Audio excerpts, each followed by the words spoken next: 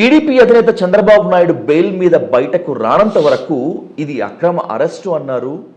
Bail కోసం చేయని పోరాటం లేదు. బెయిల్ మీద బయటకు వచ్చినటువంటి తరువాత ఆ స్వాగతం ఇదంతా కూడా టీడీపీ క్యాడర్లో జోష్ తీసుకొచ్చిందంటూ అందరూ అనుకున్నారు. కానీ అటు తెలంగాణలో ఇటు ఏపీలో ఎందుకో టీడీపీ క్యాడర్లో నిస్తేజం. పనిచేయాల్సినటువంటి నారా లోకేష్ ఎక్కడున్నారో, ఇక రాబోయేటువంటి రోజుల్లో యుద్ధం చేస్తానన్నటువంటి పవన్ కళ్యాణ్ ఎందుకు సైలెంట్ అయ్యారో తెలియనటువంటి పరిస్థితి. ఈ పరిణామాలపై డిస్కస్ చేద్దాం ప్రముఖ దర్శక నిర్మాత తమ్మారెడ్డి భరద్వాజ్ గారితో. భరద్వాజ్ గారు నమస్కారం. చంద్రబాబు నాయుడు గారు బెయిల్పై రిలీజ్ అయ్యి బయటకు వచ్చినటువంటి తర్వాత వాళ్ళు చెప్పుకున్న దాని ప్రకారమే అశేష జనవాహిని ఆయనకు బ్రహ్మరథం పట్టారు అని చెప్పి అనుకున్నారు. దానికి తగ్గట్టు కొన్ని ఫొటోస్ విజువల్స్ కూడా రిలీజ్ చేశారు. సెకండ్ డే నుంచి ఇక తెలంగాణలోకి ఆయన ఎంట్రీ ఇచ్చిన తర్వాత కూడా దాదాపు అదే పరిస్థితి ఉందని చెప్పుకున్నారు. ఈ యాక్టివ్నెస్ కొనసాగిస్తారు, మళ్ళీ టీడీపీ ఫామ్లోకి వచ్చింది అని చెప్పి అనుకున్నారు. కానీ ఉన్నట్టుండి సైలెంట్ అయిపోయారు సార్. ఎందుకని సార్ ఈ సైలెంట్ మోడ్?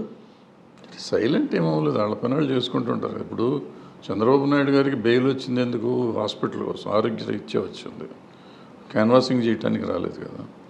సో ఆరోగ్యం కోసం వచ్చింది. ఇవాళ ఆయన హాస్పిటల్కి కూడా వెళ్ళలేకపోతున్నాం.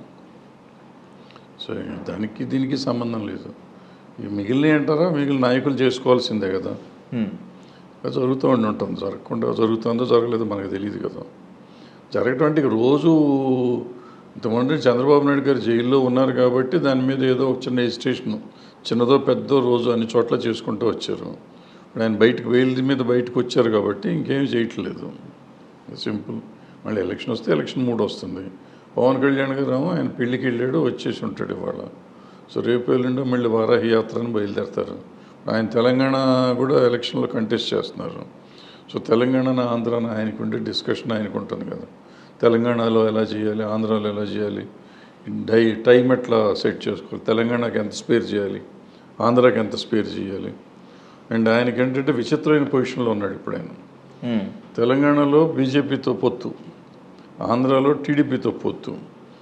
ఆంధ్రాలో బీజేపీ కలిసి లేదు ప్రస్తుతానికైతే.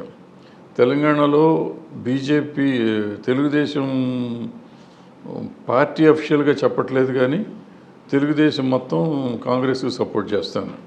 నిన్న ఖమ్మంలో జెండాలు కూడా తెలుగుదేశం జెండాలు పెట్టుకుని కాంగ్రెస్ దీంట్లో తిరుగుతున్నారు. సో ఇప్పుడు ఆయనకుండే ప్రాబ్లం ఆయనకు ఉంది. ఆయన ఒక రకంగా మరి తెలంగాణలో ఎవరికి చేస్తున్నాడు, టీడీపీతో పొత్తుంటే టీడీపీతో పొత్తున్నాడు కాబట్టి ఇక్కడ కూడా కాంగ్రెస్కి చేయాలి మరి. కానీ ఇక్కడ బీజేపీతో చేస్తున్నాడు. అక్కడ మరి ఏం చేస్తారు, అక్కడ బీజేపీ ఏం చేస్తుంది. ఇవన్నీ చాలా విచిత్రమైన సిచ్యువేషన్ పవన్ కళ్యాణ్ గారిది. ఈవెన్ తెలుగుదేశానికి కూడా విచిత్రమైన సిచ్యువేషన్. ఇక్కడ అఫీషియల్గా అన్అఫీషియల్గా ఆయన చంద్రబాబు నాయుడు గారు కానీ పార్టీ కానీ కాంగ్రెస్కి చేస్తామని చెప్పలేదు, కానీ పబ్లిక్ వెళ్ళిపోతున్నారు. సో ఇప్పుడు తెలుగుదేశంకి ఒక డైలమాలో ఉన్నారు, జనసేన ఒక డైలమాలో ఉన్నారు నాకు తెలిసి నాయకత్వం. సో రాజమండ్రి సెంట్రల్ జైలు నుంచి మధ్యంతర బెయిల్ మీద బయటకు వచ్చినటువంటి తర్వాత చంద్రబాబు గారు కాస్త యాక్టివ్ మోడ్లో ఉండి ప్రసంగించారు. తర్వాత కోర్టు షరతులు గుర్తొచ్చాయేమో, మళ్ళీ కోర్టు చెప్పిందేమో సైలెంట్ మోడ్లోకి వెళ్ళిపోయారు. సరే, ఆయన అనారోగ్యం మీద వచ్చారు కాబట్టి ఓకే సార్. లోకేష్ గారు బయటకు రాగానే ఉంటుంది కాబట్టి ఏదో మాట్లాడేసి ఉంటారు, అంతే ఉంటుంది. Okay sir. ఇప్పుడు సార్ ఆయన చెప్పిన దాని ప్రకారము అనారోగ్యంతో ఉన్నారు కాబట్టి ఆయన మాట్లాడాలని మనం ఏం కోరుకోవాల్సిన అవసరం లేదు.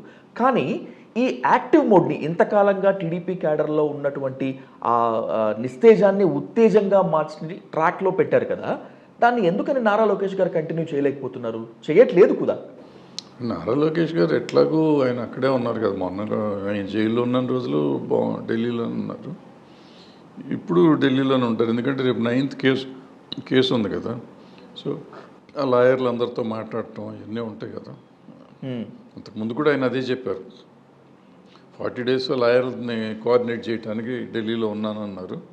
ప్రాబ్లం ఇప్పుడు కూడా అందుకే ఉంటారు, వెళ్ళారని చెప్తున్నారు, మనకు తెలియదు. చంద్రబాబు గారు బెయిల్ మీద బయటకు రావాలని చెప్పి చాలామంది అనుకున్నారు. దీనికన్నా ముందు అసలు కేసు కొట్టేయాలనుకున్నారు, అది కుదరలేదు. బెయిల్ మీద వచ్చారు. అసలు మధ్యంతర బెయిల్ అయితే ఏంటి, అనారోగ్య బెయిల్ అయితే ఏంటి? నారా లోకేష్ గారు మీరు చెప్పిన దాని ప్రకారము లాయర్లను కోఆర్డినేట్ చేయడం కోసం ఢిల్లీలోనూ ఇంకొక ప్లేస్లో ఉన్నారని అనుకుందాం సార్.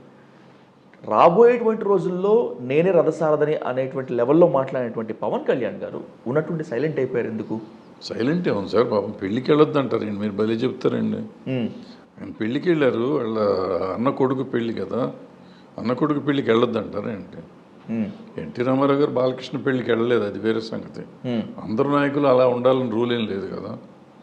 ఇప్పుడు ఆయన ఎలక్షన్ క్యాంపెయిన్లో ఉండి ఆయన ఎన్టీ రామారావు గారు బాలకృష్ణ పెళ్ళికి వెళ్ళాం. ఓకే, అట్లా ఇప్పుడు ఈయన కూడా వెళ్ళకూడదని మీరు అనుకుంటున్నారా?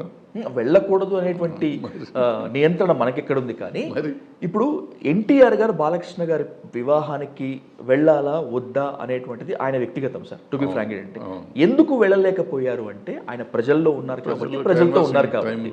సో ఇప్పుడు వరుణ్ తేజ్ గారి పెళ్లికి వెళ్ళొద్దంటానికి మనమెవరు, వెళ్ళమని చెప్పడానికి మనమెవరం, కానీ ఈయన కూడా ప్రజలతో ఉన్నారు కదా.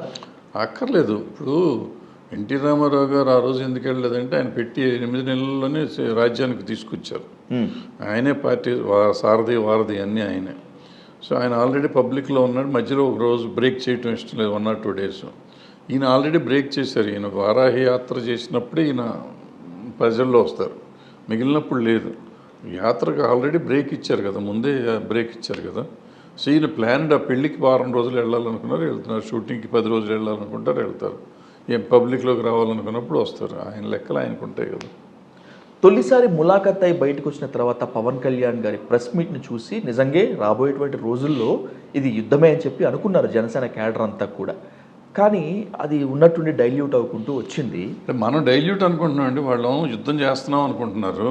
ఓకే, వాళ్ళలాగా మనం ఇప్పుడు మనం వాళ్ళలోకి వెళ్ళి ఆలోచించాలి. మనలాగా మనం ఆలోచించుకుని వాళ్ళు అలా లేరు అనుకుంటే ఎట్లా కుదురుతుంది? ఇప్పుడు నేను యుద్ధం చేస్తానన్నప్పుడు యుద్ధం రకరకాలుగా చేస్తారు. ప్రచ్ఛన్న యుద్ధమును కనపడని యుద్ధం, ఇది 2 ఉంటాయి కదా. అంతర్గత యుద్ధము రకరకాలు ఉంటాయి. స్ట్రాటజికల్ యుద్ధం ఉంటుంది. ఇప్పుడు అటువంటి ఏదో స్ట్రాటజీ ఏదో చేస్తూ ఉంటారు వీళ్ళు. యుద్ధం చేయకుండా ఇప్పుడు సడన్గా ఆంధ్ర రాష్ట్రాన్ని వదిలేసి జగన్మోహన్ రెడ్డి గారిని సీఎం అయిపోమని చెప్పి అయితే వెళ్ళిపోరు కదా. 100% వాళ్ళు ఎలక్షన్లో కంటెస్ట్ చేస్తారు, ఎలక్షన్లో పోరాటం చేస్తారు, గెలుస్తానికి ప్రయత్నం చేస్తారు. సో ఆ ప్రయత్నంలో ఈ 4 రోజులు సైలెంట్గా ఉన్నారు కాబట్టి లేదు, చంద్రబాబు నాయుడు గారు కంట్రీకి ఆపరేషన్ చేసుకున్నారు కాబట్టి పార్టీ మూసేశారా, లేకపోతే పవన్ కళ్యాణ్ గారు పెళ్ళికి వెళ్ళారు కాబట్టి పార్టీ మూసేశారా అనుకుంటే కష్టం. వాళ్ళు చేసే వాట్ ఎవర్ స్ట్రాటజీ వాళ్ళు చేసుకుంటూనే ఉంటారు. అది బయటికి చెప్పాలా వద్దా అనేది వాళ్ళ ఇష్టమే కదా, వాళ్ళ పార్టీ వాళ్ళ ఇష్టం. నడుస్తూనే ఉంటుంది. మనం అట్లా ఏమి జరగట్లేదు అని అనుకోవటం మన పొరపాటు, వాళ్ళ పొరపాటు. నాయకుడు ఎలా ఉంటాడో ప్రజలు అలా ఉండరు సార్. ప్రజలు నాయకుడు ఎలా ఉంటే బాగుంటుంది అనుకుంటారో నాయకుడు అలాగే ఉండాలని ప్రజలు కోరుకుంటారు. నేను నాయకుడిని అని చెప్పి జనసేన అధినేత పవన్ కళ్యాణ్ చెప్తున్నారు కాబట్టి సోషల్ మీడియా ఇంత యాక్టివ్గా ఉన్నటువంటి ఈ రోజుల్లో ఒక వీడియో సందేశం కానీ లేకపోతే ఇంకేదన్నా కానీ చంద్రబాబు గారు బెయిల్పై విడుదలై బయటకు వచ్చినటువంటి తర్వాత జనసేన అధినేత పవన్ కళ్యాణ్ స్పందించకపోవటాన్ని ఏ విధంగా అర్థం చేసుకోవాలి అసలు? అంటే బెయిల్ రావటం అనేది పెద్ద గొప్ప విషయం కాదు కదా.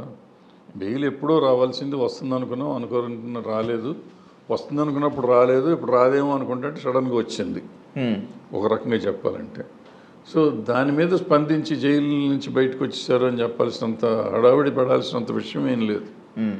అందుకని ఆయన స్పందించలేదేమో. స్పందిస్తానికి ఏముంది, జైలు నుంచి నేను తీసుకొచ్చానని చెప్తాడు. ఏం చెప్తారు ఆయన? వచ్చినందుకు వెళ్ళారు. ఈయనే ఏకైక వ్యక్తి చంద్రబాబు నాయుడు గారిని కలిసింది Pawan Kalyan, other than family ఇప్పుడు వరకు కదా. ఆయనకి ఇది వచ్చింది.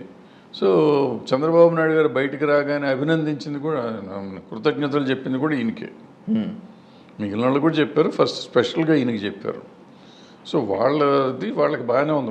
వాళ్ళ స్ట్రాటజీస్ వాళ్ళకి ఉండే ఉంటాయి, లేకపోతే ఇట్లా ఎందుకు చెప్తారు? సో ఈయనకు కూడా ఏదో ఉండి ఉంటుంది, ఫోన్లో మాట్లాడుతున్నారు, ఏదో ఉండి ఉంటుంది వాళ్ళకి. ఓకే సార్, చంద్రబాబు నాయుడు గారి అరెస్టు పైన ఆంధ్రప్రదేశ్లో కన్నా కూడా తెలంగాణలోనే ఎక్కువ నిరసనలు జరిగాయి. ఖమ్మం జిల్లాలో, ఇంకా చెప్పాలంటే హైదరాబాద్లో, సెటిలర్స్ ఎక్కువగా ఉండేటువంటి ప్రాంతాల్లో, ఇంకా మాట్లాడుకోవాలంటే గచ్చిబౌలి వేదికగా.